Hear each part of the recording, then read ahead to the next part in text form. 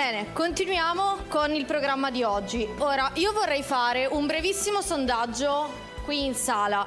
Se mi alzate gentilmente le mani e mi dite quanti di voi hanno visto... Aspettate, ho un francese in sala. Mi potresti pronunciare il nome del film? Ratatouille.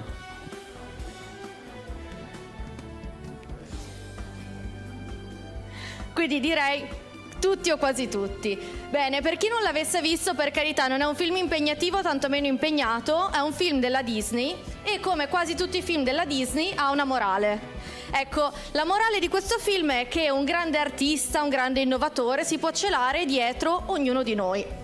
Ecco, io sono certa che chiunque dei presenti in sala abbia un talento, una passione speciale che sicuramente avrà coltivato da anni, che sarà assolutamente in grado di portare avanti. Però se andiamo a prendere una materia specifica, la cucina, poi io non posso parlare per voi, ma parlo per me, ecco, insomma, proprio una gourmet star non è che sono, anzi. Però abbiamo la fortuna di avere invece un ospite che lui sì, lo incarna molto bene questo valore. Non solo, lui è un grande innovatore della nostra cucina locale ed è local per gli addetti e i non addetti ai lavori, viene da Giaveno, cioè qua fuori Torino. Diamo il benvenuto all'innovatore, allo chef, il gourmet star Matteo Baronetto del ristorante del Campo.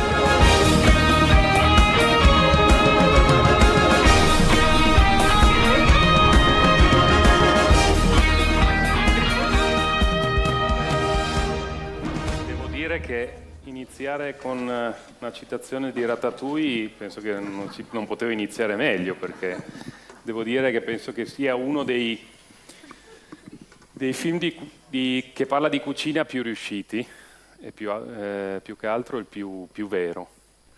Una via di mezzo tra un cartone animato e un romanzo che parla di una delle arti più antiche, più forti della nostra cultura. Ecco. Ma per iniziare dalla fine, come si dice, mi piacerebbe quasi addirittura chiedere se c'è una domanda che vorreste fare, visto che negli interventi precedenti non c'è stato uno spazio, però curiosità, iniziare a rompere il ghiaccio e farmi subito una domanda che vi viene in mente, ecco, altrimenti incomincio l'excursus, ecco, una, due, ce ne sono già. Quindi di solito funziona sempre il contrario, quando uno dice c'è una domanda tutti zitti, deve rompere il ghiaccio qualcuno, qua ce ne sono due che rompono il ghiaccio subito, quindi ancora meglio. Allora mi date così l'input voi con la domanda e poi io vado a ruota libera velocemente per non togliere il tempo a... Allora c'è la signorina e la signora... Allora, se mi alzate le mani. Io volevo chiedere come è iniziato. Ok, e invece? La domanda era simile, cioè il percorso che la pure facciamo. Ok, partiamo dall'inizio. Io, mi chiamo Matteo Baronetto, ho 46 anni, inizio relativamente giovane questo mestiere, approcciandomi a 14 anni, quando ho terminato la terza media, decido di cercare di essere autonomo, indipendente e incominciare a mettere dei soldi da parte per comprare un fatidico motorino che mio papà non voleva che io acquistassi. Però io ho detto vabbè, se incomincio a guadagnare qualche soldo poi prima o poi non mi dirà di no. Inizio a fare il cameriere in una pizzeria vicino Giaveno e da lì poi si fa male il cuoco giocando a calcetto nel giorno di riposo e la signora disperata mi dice hai voglia di dare una mano in cucina? Io ho detto ma io veramente non so fare niente, cioè. Allora mi ha detto vabbè, lava i piatti e io mi metto a fare il fritto di pesce. Ai tempi le pizzerie non erano le pizzerie di oggi dove ci sono 25 piatti di cucina, c'erano spaghetti alle vongole, spaghetti allo scoglio, fritto di calamari, 2 paillard, la milanese, basta. E da lì ho incominciato a lavare i piatti parecchio, ho incominciato a capire cosa vuol dire avere le mani a mollo 4 ore nell'acqua calda e tornare a casa con le mani belle cotte dall'acqua. Ho imparato cosa vuol dire arrivare a casa a saper di calamaro, quindi essere un calamaro a due gambe, perché puzzavo di fritto da far da fare schifo, tanto che dovevo mettere la giacca da cuoco sul balcone e cambiarla quasi 2 volte, se non cambiarla 2 volte al giorno. Però lì scatta la scintilla, quindi dico, ecco, forse questo è il mestiere che voglio fare, quello che voglio, cosa voglio apprendere. Allora mi ero già iscritto a ragioneria, inizio il percorso di ragioneria già bene il primo anno, ma praticamente a dicembre capisco che non voglio diventare ragionier Fantozzi e decido di fare la preiscrizione a Pinerolo, all'alberghiero. Mio papà poi mi dice le cose nella vita bisogna terminarle, mi fa terminare l'anno scolastico da ragioniere, vengo rimandato di 3 materie e io cazzeggio tutta l'estate, sicuro che tanto cambierò scuola, quindi chi se ne frega. Invece mio papà un bel 15 di agosto, quando io devo andare a fare il Ferragosto a lavorare, mi dice: ma guarda che io non ti vedo studiare, ma non è che ti sei dimenticato che c'hai 3 materie da portare? E io dico, vabbè, ma papà, inizio l'alberghiere. Fa, vabbè, le robe bisogna finirle, finisci l'anno, chiudi, e poi sta di fatto che io mi sono praticamente come un campione di nuoto che non si era mai allenato, ho dovuto preparare stenografia, inglese e matematica. Un'impresa pazzesca, devo dire che non so come ho fatto, ce l'ho anche fatta, quindi ho la prima ragioneria. Alberghiero, 5 anni di percorso, ai tempi era vecchio ordinamento, 3 anni di pratica, dove c'erano degli orari, si faceva molta pratica, al contrario di quello che si fa oggi, ahimè, e poi gli ultimi 2 anni di cultura generale, dove la pratica non si faceva più e si studiavano delle materie di cultura appunto generale, economia, diritto e anche economia aziendale, qualcosina, un'infarinatura. Sempre capendo che avevo necessità di, oltre a studiare, di continuare a non perdere il contatto col mondo del lavoro alla sera, quindi io alla mattina studio e alla sera vicino a casa un ristorante che ai tempi era a San Bernardino di Trana, si chiamava La Betulla, che già aveva la stella Michelin ai tempi, oggi c'è ma ha cambiato gestione, non è più quello di un tempo. E io quindi scendevo dal pullman, alla mattina alle 6 prendevo il pullman, andavo a studiare, alle 2 scendevo dal pullman direttamente nella fermata davanti al ristorante, lavoravo fino all'1 di notte, poi andavo a casa e il giorno dopo di nuovo. Quindi io per tutto il mio percorso di studi ho anche studiato, perché capivo che avevo bisogno di apprendere di più di quello che la scuola mi stava dando. Dopodiché poi il passaggio successivo è un professore mi fa conoscere Gualtiero Marchesi, che è stato uno dei più grandi innovatori della cucina italiana ancora oggi. Tutti noi cuochi di una certa cerchia siamo i figli di Gualtiero Marchesi, nipoti e pronipoti. Vado da lui e lì incomincio a capire cosa vuol dire essere in una cucina, una brigata di cucina, quindi la brigata come in caserma, come un esercito, uno chef, un sous-chef, dei capi partita, dei commis, quindi degli aiutanti, quello che vedete in Ratatouille, no? C'è la donna, no, che sbraita, c'è quello un po' con la faccia da pirla, che fa un po' l'antipatico, che è un po' il sous-chef, che è quello che deve mettere bastone tra le ruote. Ecco, la cucina funziona ancora così, dove c'è la possibilità di avere quell'organizzazione lì. Quindi conosco le cucine una cucina di 20 persone e lì conosco quello che era lo chef ai tempi, che era Carlo Cracco. Carlo Cracco, quindi stiamo parlando del 94, 95, 2 anni da Marchesi. Nel frattempo poi si terminano gli studi e tutto, e Cracco poi decide di andare via e apre il suo ristorante a Piobesi d'Alba.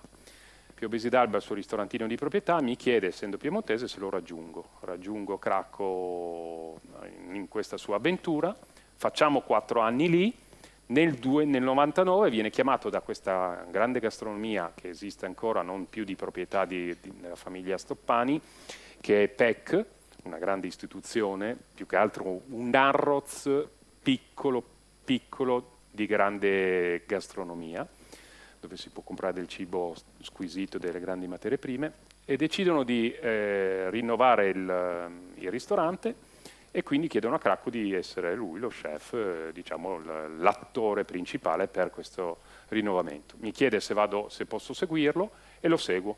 Lo seguo per 14 anni, quindi becco il momento più bello della vita dell'alta ristorazione, dell'alta gastronomia.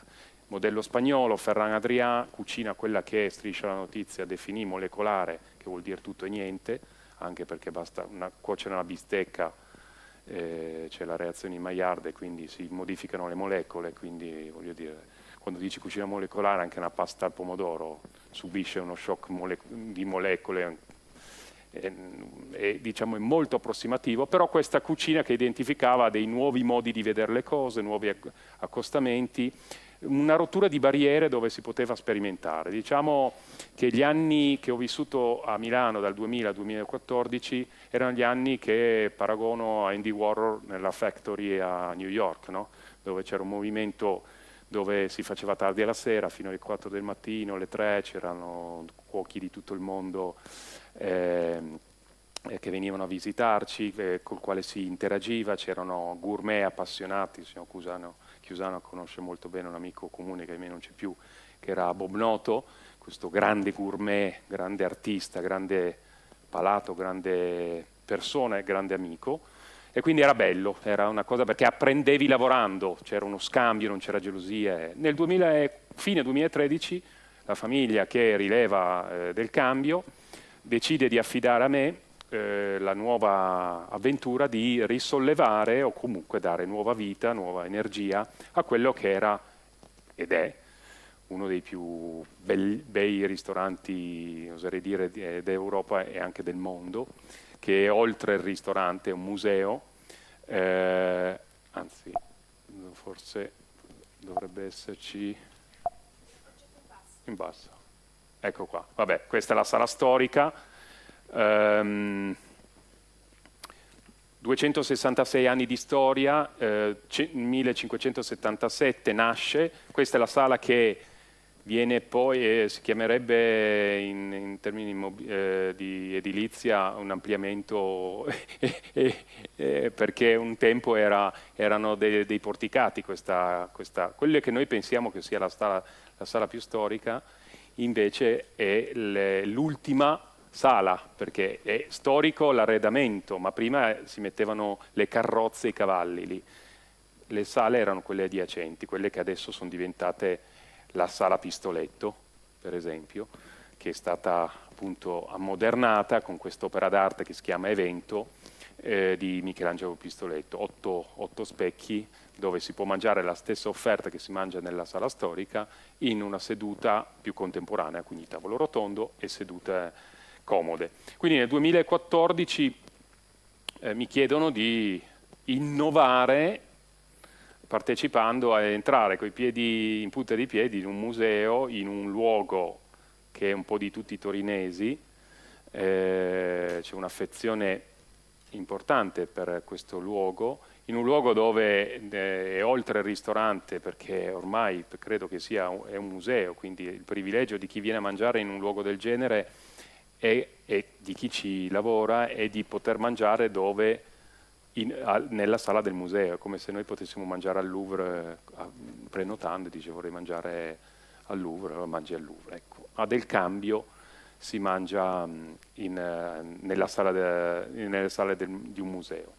All'inizio io sono piemontese, sono stato sempre fuori dal Piemonte, a parte il Piovesi d'Alba, sono stato in una città come Milano, che è una città che ha un'energia, è molto più veloce, dinamica, diciamo diversa, non migliore di Torino, mentre Torino è una città un pochino più conservatrice, però una città che ti apprezza per il lavoro, ti scruta, ti osserva, ti valorizza col tempo, ecco, ed è una città che poi ti dà una certa consistenza, non è frugale, non è approssimativa.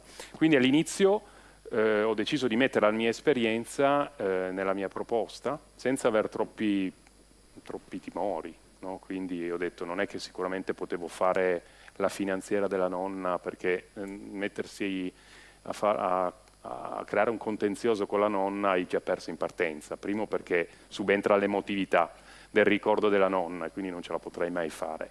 Quindi ho cercato di fare quella che è la mia finanziera, così come di innovare con un gusto e uno stile coraggioso che però seguisse anche non una tendenza, ma che cercasse di creare una nuova tendenza, e soprattutto anche nel rispetto di come oggi mangiamo, che non è sicuramente come mangiavamo una volta. Oggi forse la cucina piemontese, che è una cucina di territorio, una cucina di sostanza, una cucina di gusto, però sicuramente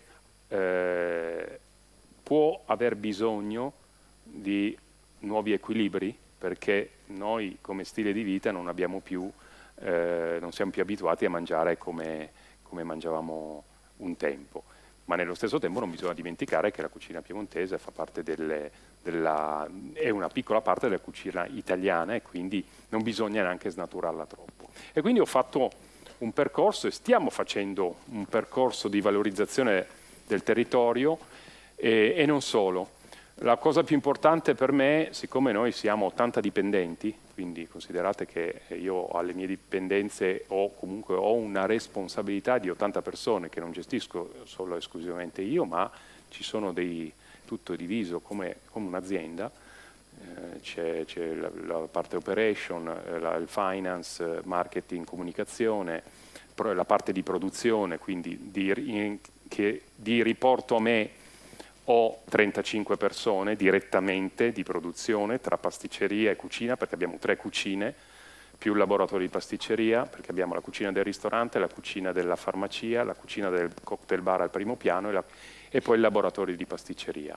Farmacia che quasi tutti conoscerete, è diventata famosissima per questo cubo che non ci siamo inventati noi, ma siamo stati i primi a farlo in Italia, perché così almeno sottolineiamo anche che nel nord Europa e negli Stati Uniti veniva già usata quella forma lì, però noi sicuramente abbiamo lavorato per fare in modo che potessimo abbracciare un gusto di un croissant con una forma diversa. E in ultimo poi che è nata la nostra sfera, quella è nostra. Tra l'altro noi stiamo progettando e progettiamo proprio anche a livello anche molto artigianale gli stampi, quasi proprio come una bottega rinascimentale, c'è un'impalcatura di ferro per tenere queste 2 sfere che devono stare insieme, non quasi come il lavoro che voi fate, no? Ecco. E quindi ecco, è un lavoro che ti dà soddisfazione, non solo, che va oltre anche al cucinato, il mio, ma nel raggiungimento e nel darsi degli obiettivi di formazione e di crescita delle persone che lavorano insieme a te, perché sì, il talento che veniva citato prima, ma il talento non allenato e non trasferito rimane un talento che ha meno forza di quello che deve avere. A me piace dire che ho ricevuto un talento, una sensibilità di riconoscere cose buone e come posso usare una cosa piuttosto che un'altra. Alleno il mio talento, mi piace anche dire che però il mio talento devo poterlo trasferire a qualcun altro che poi lo farà evolvere, perché poi alla fine ognuno di voi ha il proprio talento. Chi l'ha già scoperto, chi non ancora, tutti ce l'abbiamo, in modo proprio... io ho avuto la fortuna di scoprirlo, diciamo, a 14 anni e non ancora di toccarlo con mano, ma avevo già capito che quella era un po' la strada. Ritornando anche a quello che si diceva dalla fame, no? Cioè, quindi la fame nel motorino, di mettere i soldi da parte. Questo che vedete, per farvi capire anche il come far vedere il lavoro che facciamo, questa è la cucina del ristorante. Questo è un bancone che dà sulla cucina con questo vetro che sale e scende. Quando viene prenotato questo posto è il tavolo dello chef e si può mangiare guardando cosa facciamo e essendo serviti proprio come se fosse un omakase, quindi in stile giapponese, da noi che spieghiamo cosa succede. Da una persona a 4 persone c'è un menù speciale. Questo io dico sempre che è come essere a teatro, diciamo che nella sala del ristorante del cambio di là è come essere al cinema e qui a teatro, si è sempre spettatori ma spettatori di 2 rappresentazioni diverse. Qui ci si rende conto che la televisione dice un quinto di quello che succede e spesso quel quinto non è neanche vero, qua invece c'è la realtà. Ecco, in cucina si sbaglia, succedono grandissime cose, ecco. Vi ho portato qualche piatto che facciamo noi. Questa è l'insalata piemontese, nasce da un'idea che quando ero al cambio qualcuno mi diceva: chef, c'è un signore che vorrebbe un'insalata. E ho detto: vabbè, cazzo, ma io al cambio a mangiare un'insalata, miseria. Cioè, ma non... Però va bene. Allora una volta, due, tre, ho detto: no, devo fare un'insalata che sia più buona del mondo, o meglio quella del cambio, la piemontese perché ci sono dei prodotti nostri, del territorio, non solo, un 70%, c'è ad esempio la rapa al vino, c'è il tuorlo d'uovo, il rapanello con la salsa tonnata, abbiamo fatto dei mini savoiardi piccolini, poi ci sono dei funghi, delle zucchine trombetta, dei peperoni all'agro, ogni stagione cambia, adesso ci sono gli asparagi verdi, gli asparagi bianchi, ed è un bouquet di colori che è diventato ormai un must, cioè laddove si mangiava la finanziera, oggi il piatto più venduto è l'insalata piemontese, non perché sono tutti a dieta, però...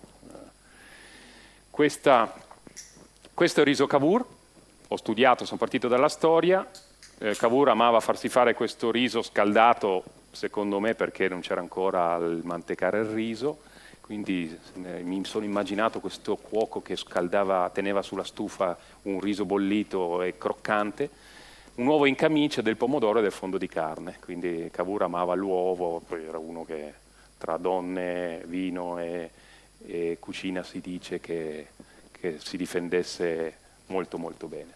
E quindi è come lo facciamo. Insalata di mare 1960-2024, dedicata al Gatto Nero, uno dei ristoranti storici che ha avuto anche 2 stelle Michelin, i primi toscani arrivati a Torino che fecero questa insalata che, a detta di Andrea Vannelli, il proprietario, mi dice: i torinesi volevano un'insalata di pesce che sapesse poco di pesce, allora facevano questo pesce con tonno, olive, e io ho creato delle sfoglie di pesce che avvolgono un bianco d'uovo cotto a vapore, quindi come un marshmallow, con poi un battuto di tonno, una citronette, diciamo, ho cercato di ingentilire un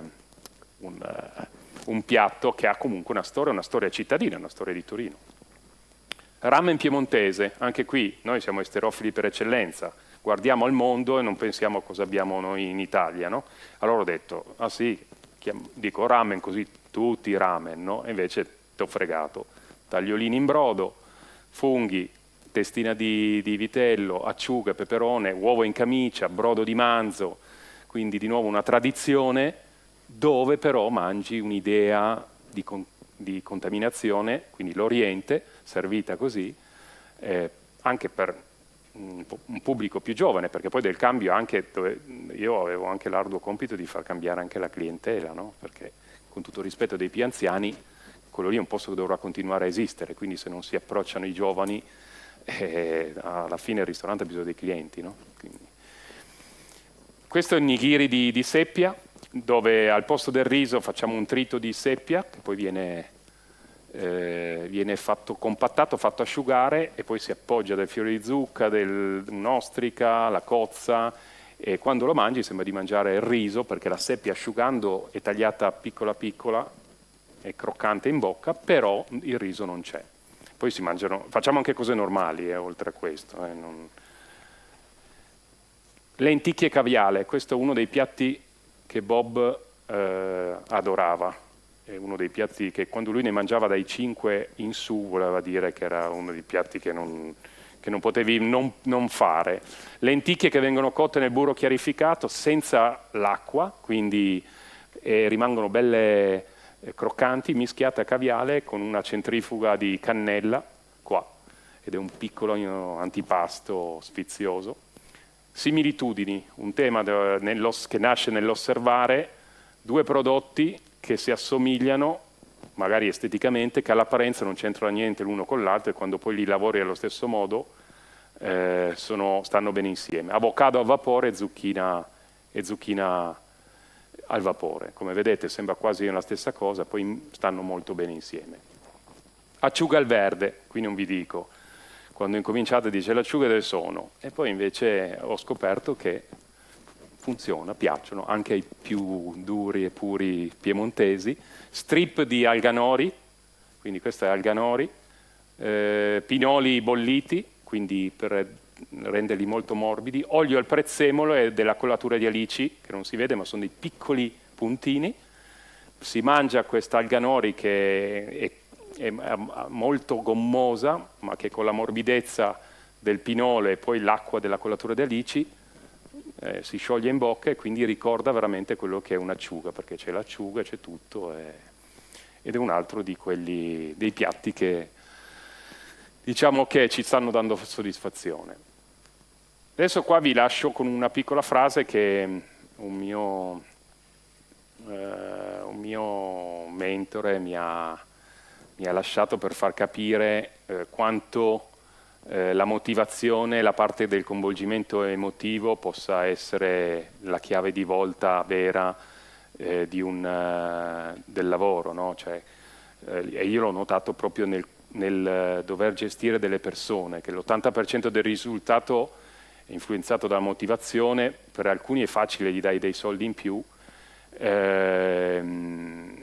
però ci sono anche altre persone che sono poi quelle che poi alla fine sono quelle che fanno la differenza, sono quelle che hanno una motivazione, hanno la passione del fare quello che fanno, al di là del fatto che tu gli possa garantire qualcosa in più. E quindi ecco, l'augurio che io posso farvi e trasmettervi è di intanto non far spegnere mai il fuoco dentro che avete del sogno, e ricordarvi però quando sarete un po' più adulti che dovrete farlo con gli altri, perché siete stati giovani anche voi, quindi questo è... e basta. Grazie a tutti i nostri ospiti che sono intervenuti fino a questo momento. Andiamo